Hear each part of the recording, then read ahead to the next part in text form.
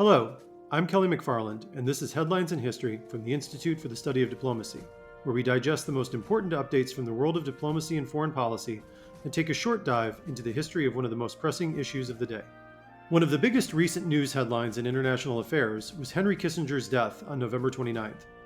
Our in-depth discussion today, with UT Austin professor and Kissinger scholar Jeremi Suri, will delve into the life and legacy of Kissinger. Before we get to that, we've got a couple of headlines from the past couple of weeks that we think it's important to touch on. My friends, I want to talk to you today very simply about government. I also believe that events in Iraq have reminded America of the need to use diplomacy. This is not a time to undercut our diplomats. First, as we record this, COP28 is still going strong in Dubai. The meeting thus far has had some positive outcomes and its fair share of controversy. On the positive side, the US, UAE, and other countries promised $500 million in climate reparations payments to low-income countries affected by climate disasters. Vice President Harris also promised $3 billion for the Green Climate Fund, which benefits poorer nations. These are long sought-after moves, but haven't really ever come close to happening.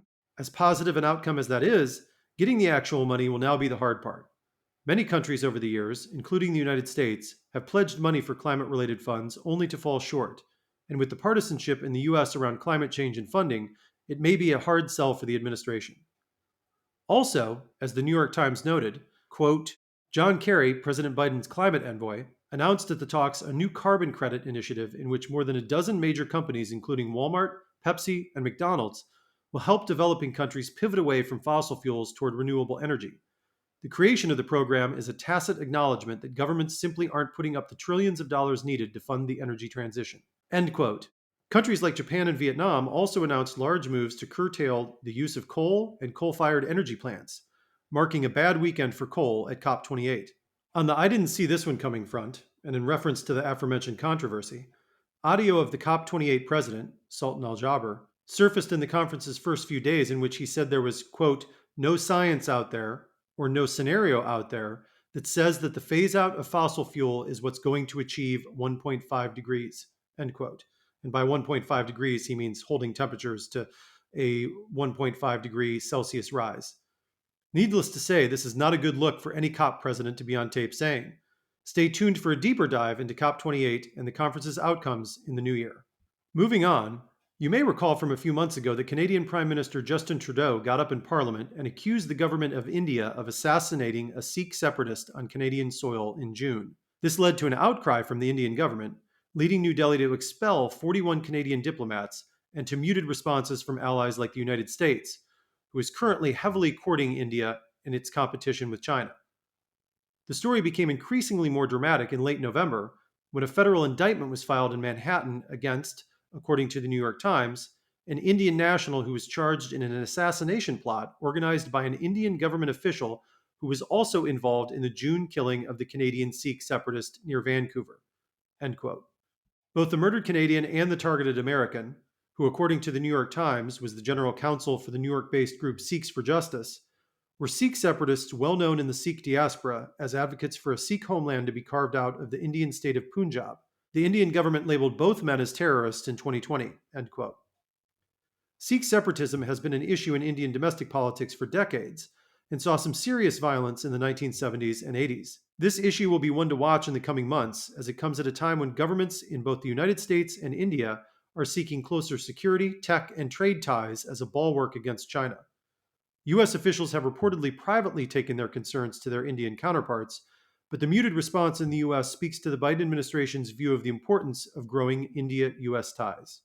So that ends our news roundup, and we now move to our conversation with Jeremi Suri to reflect on the extraordinary and controversial legacy of Henry Kissinger, the former Secretary of State and National Security Advisor who shaped foreign policy for Presidents Nixon and Ford and remained a trusted advisor to every single president until his passing in November.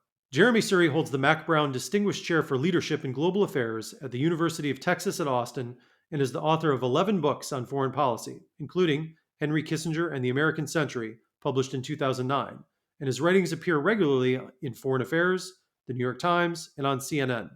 Listeners should check out his podcast, This is Democracy, co-hosted with his son, Zachary, and his latest book, Civil War by Other Means, America's Long and Unfinished Fight for Democracy, published in 2022. Find links in our show notes. Let's listen in to the conversation.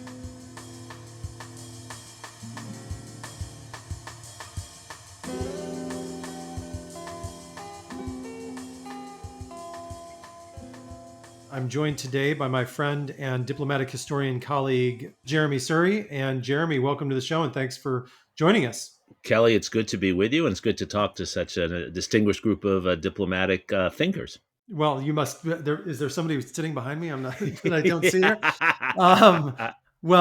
Listen. So we're going to hop right into it here because the big news coming out of the last week or so is the passing of Henry Kissinger.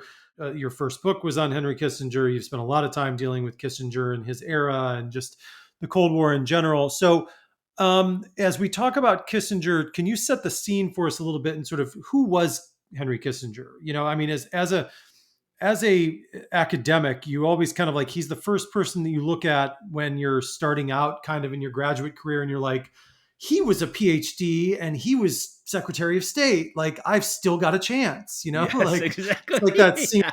It's like that scene from Dumb and Dumber, right? Where he's like, Totally. so you're telling me there's a chance. Totally. And don't forget, Kelly, that he was also People Magazine's sexiest man alive in the early 70s. My students can't believe that. You know what? I didn't know that. Yeah. That is, my head is blown right now. That is amazing. But how did he get from, he grew up in Europe, came over here. Like, what's his sort of, if this was a Marvel movie, what's his origin story? So I think his origin story is the story of the Holocaust and World War II, and the way in which the Holocaust and World War II not only shakes Europe, but transforms the United States. He is part of a larger generation that includes the Albert Einsteins and many others who leave Germany, the center of learning and scholarship. He leaves at a younger age, of course, than Einstein. He comes at age 15, but he's forced to leave because of the Nazi intolerance towards Jews like himself.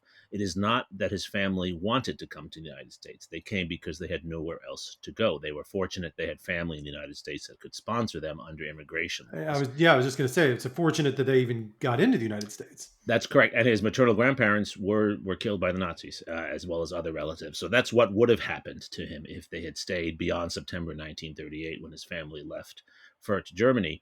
And he is part of this massive generation of Jews and non-Jews who come from Europe to the United States and then participate in vital roles during the Second World War for the United States. And that early part of Kissinger's life is fascinating. He's not even a citizen when he enters the Army in 1942. He's only recently learned English. He had no English before he came to the United States in 1938. He's not allowed to become a medical doctor in the military because there's a quota against Jews, but he is pushed into counterintelligence into a very elite role as a very young man, in part because people recognize he's bright and hardworking, but also because he's 15 when he leaves Germany. So he understands German society. He's skilled with the language and the culture. He had actually studied German culture. That's what his father taught.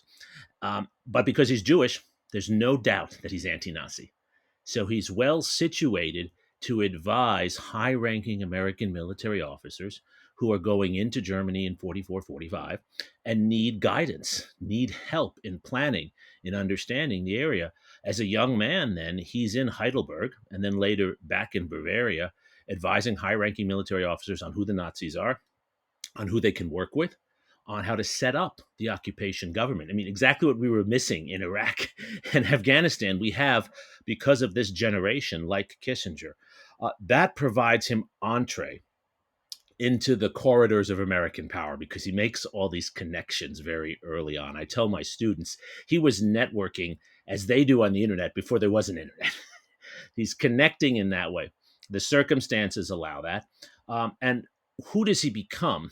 He becomes an apostle, a proponent, an evangelist of American power in the world, because what he sees in his early life is that without American power, the extremists, the violence, the war takes over. This is his Spenglerian view of the world, that there's a natural human entropy toward chaos and violence, toward tribalism, and that it takes a powerful external entity. It could be a Bismarckian German state, but now without Bismarck's state, it's going to be the United States that's going to have to provide order in the world through the use of its power. And he makes a name for himself, first thinking about diplomacy, then thinking about nuclear weapons, later thinking about the Middle East, China, all of these areas of the world, thinking about how American power can structure the politics in those areas. Yeah, to your point too. I mean, his doctoral dissertation was on the creation of the Concert of Europe, so all about powers ensuring peace and everything. So, he goes to Harvard, gets his PhD, teaches at Harvard, and then is floating around and advising folks and stuff. Gets linked up with Nixon. Wasn't his first Republican horse, though. That was Nelson Rockefeller, right? Correct. And I think that's really important. And this is important to who he is. He's never elected to any office.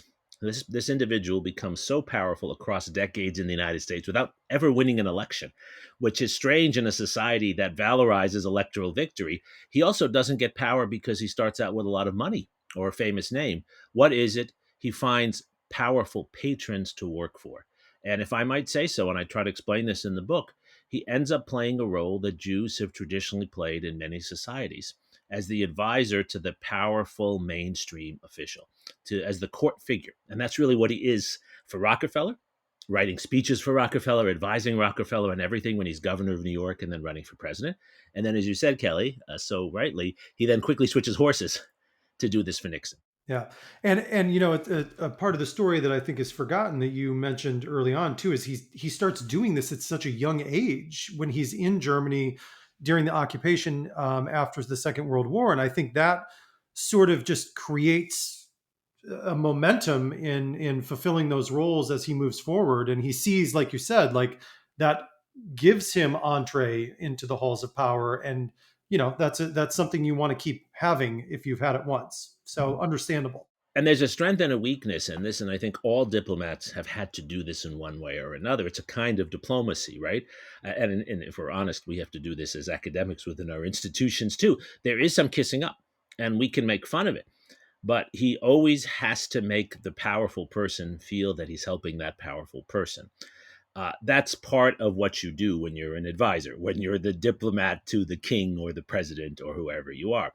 The danger in that, of course, is that often he will egg on someone like Nixon when he's going in a dangerous direction. Right, and that gets us to his tenure as National Security Advisor and Secretary of State. So you've talked a few times on TV and written some stuff since his passing and on podcasts and whatnot. And this thing comes up where the discussion ends up going to he did some really big things as Secretary of State and National Security Advisor, but then there was a lot of bad things that happened, and there's newer generations of folks that kind of only view him as this potential war criminal and someone who, they think of Cambodia and Indonesia and Chile and these places like this. So can you walk us through sort of what the good and the bad of his tenure when he was actually in government? Like you said, there was decades that he was an advisor and played a role in U.S. foreign policy. But what about when he was actually over at the White House or the State Department? When he was the National Security Advisor to Nixon and then National Security Advisor and Secretary of State at the same time. Crazy. Right, exactly. Imagine that today. Is the only person ever to do that. He basically takes control of being the chief strategist and the chief diplomat to the president. Now, Nixon is still very important. And in many cases, especially the opening to China, these are Nixon's ideas as much as they are Kissinger's ideas.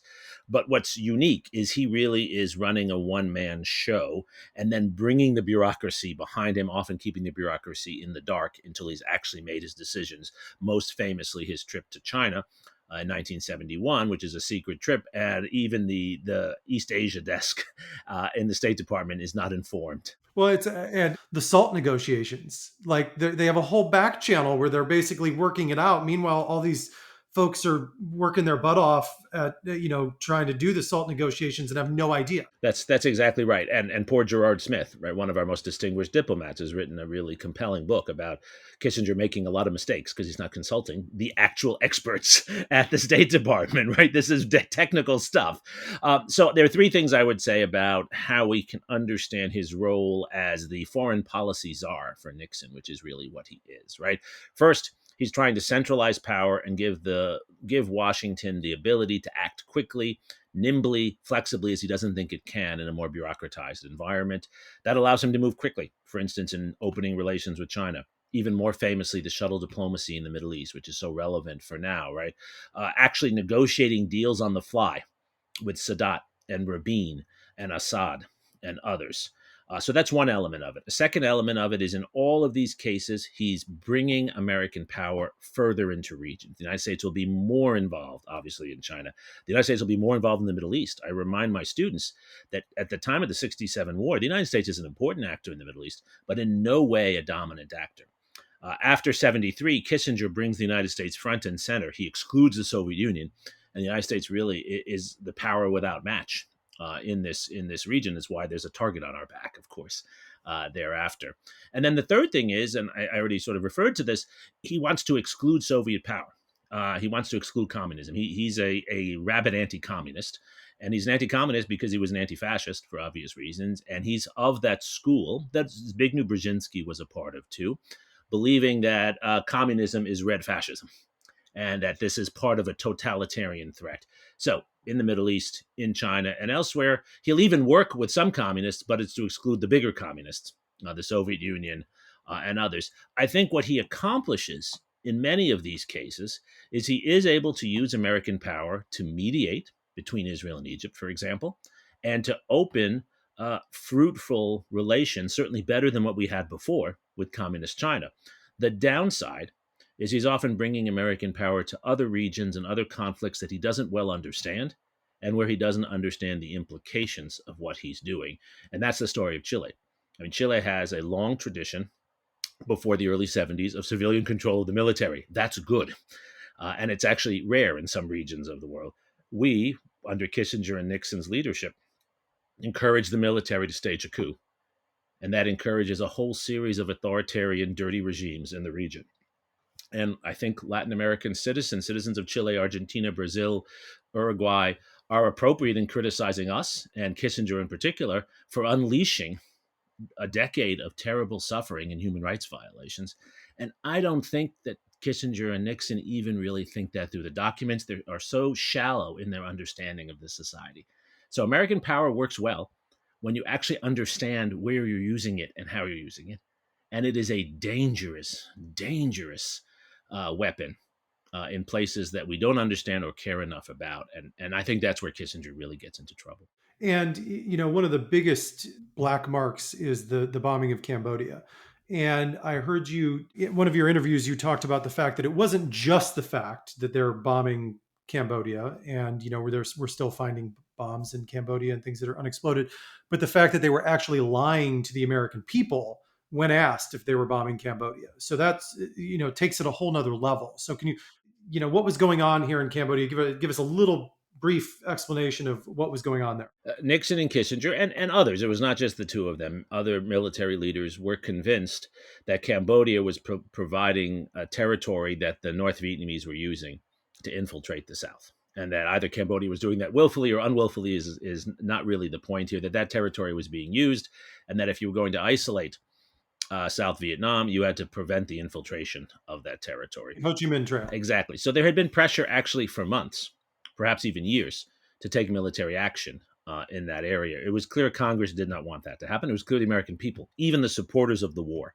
Most people who supported the war in 69, which was still about a majority of the population, there was never a majority against the war. They didn't want it expanded. There was no support for expanding the war into Cambodia. And of course, as William Shawcross and others have shown us, when the war is expanded, that really expanded the suffering. And people who knew the region understood that, particularly in the State Department. The State Department was filled with people who were against in any way expanding the war. Kissinger was under pressure, though, to do this from Nixon and others. And he believed that by expanding the war and taking what he thought were small actions, they weren't. What he thought were small actions in this region, it would have an effect to help the negotiations to get a better deal from the North Vietnamese, to get us out without losing. That's really what he wanted, right? A peace without victory for the North. And he thought this would help at the negotiating table. And he did it in secret because he knew there'd be a public uproar about it, and it would limit his negotiating leverage if the North Vietnamese knew he was doing this and the American people were not for it and wouldn't allow him to continue.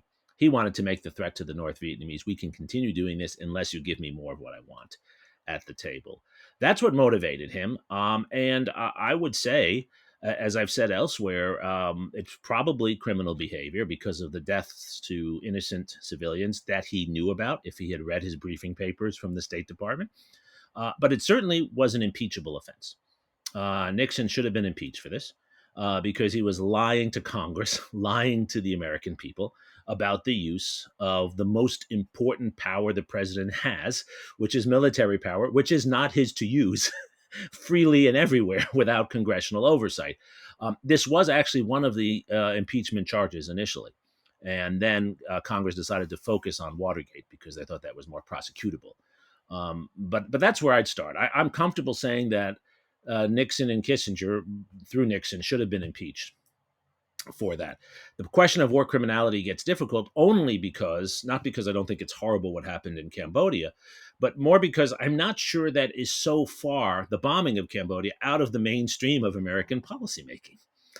It might have been a bold move at the time, an illegal move at the time, but it is certainly not the only place where we have bombed civilians in the prosecution of what we see as a legitimate war.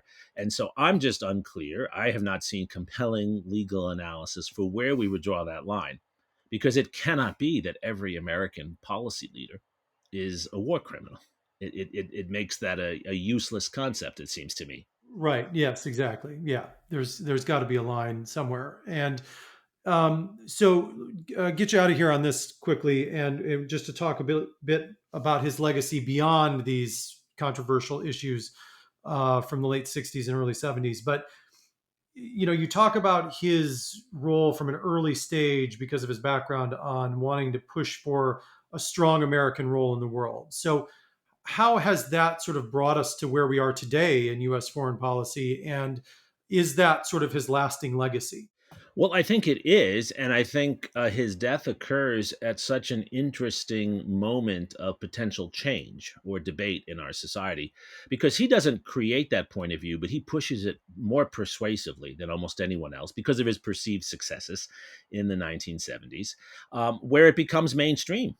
I mean, where you have Barack Obama and George W. Bush disagreeing on Iraq, but agreeing that American power is necessary in places like Afghanistan and Libya, right? And sometimes even there going beyond what the State Department is willing to consider.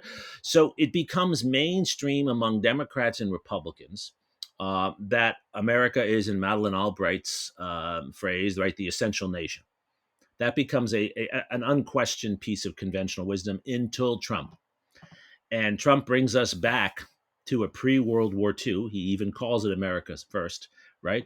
Isolationist impulse. Well, I think that's what it is, which is to say, we can't change the rest of the world. We'll use our power where we decide to use it for our own interest in the short run, but otherwise, forget it. Otherwise, let the Ukrainians figure this out themselves, right? And maybe we even like Russia better because they're a strong power and they might do other things for us. That's the debate we're having now. We're looking at a Congress, a barely Republican-led Congress that is probably going to hold up military aid to Ukraine. The Biden administration is reporting just now, right, that Ukraine's going to run out of money pretty soon. That is unthinkable in the, if we might call it, the Kissingerian world that maybe we're just coming out of. But I don't know where we go. I don't think we're going to go to an isolationist world, but we're not where we were in the main period of his life. Yeah, and to top it all off, you also have issues to deal with like AI, which he co-authored a book about that my class just read yesterday for class. So what did they think of it? What did they think of it? They thought it was great. I was actually really surprised that this was for the Master's in Science of Foreign Service course and first semester grad students, and they weren't necessarily hadn't necessarily been following like AI as much as I thought they would. So it was a very sort of mind-opening book to them. And I don't know if you've read it or not, but I like I like the philosophical nature of what they talk about. I think is great and isn't in the conversation enough. Right. So I thought that was very useful, but they actually loved it. So it was very fitting that we read it like last week and then talked about it yesterday. So and this is a 99-year-old man, right, who began writing about Metternich and Bismarck, writing about about AI, and as he himself says, as you know, as Kissinger says, this might be the most important shift in our politics since the Enlightenment. Right, exactly. And yeah, so anyways, we could talk about this for hours. But Jeremy, thank you so much for joining us. Always fun to talk, and I really appreciate it. Kelly, my pleasure, and good luck for you on the podcast and everything else. Thanks again to Jeremy for joining us for this episode. This episode was produced by Freddie Mallinson and Jarrett Dang. Thank you to the Carnegie Corporation of New York for their support for this podcast. Be sure to check out any episodes you may have missed via our website. Please rate, review, and follow this podcast wherever you listen, and tell your friends and colleagues to come find us on Apple Podcasts, Spotify, or anywhere else they listen. Follow us on Twitter @GU Diplomacy and visit our website, isd.georgetown.edu, to learn more about our work. Until we meet again.